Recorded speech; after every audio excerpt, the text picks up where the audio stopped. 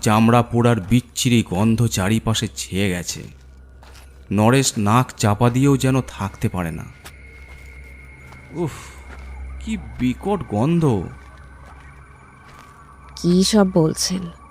কত সুন্দর গন্ধ চারিদিকে, মনটা একদম ভরে গেছে। আপনার এই শ্মশানের চামড়া পোড়া গন্ধ ভালো লাগছে? নরেশের কথার কোনো উত্তর এলো না মহিলাটির কাছ থেকে।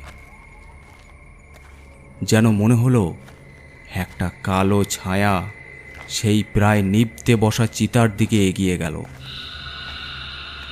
তখনই আওয়াজ আসতে থাকে ওদিক থেকে, যেন কিছু চিবানো হচ্ছে আর জোরে জোরে নিঃশ্বাস পড়ছে।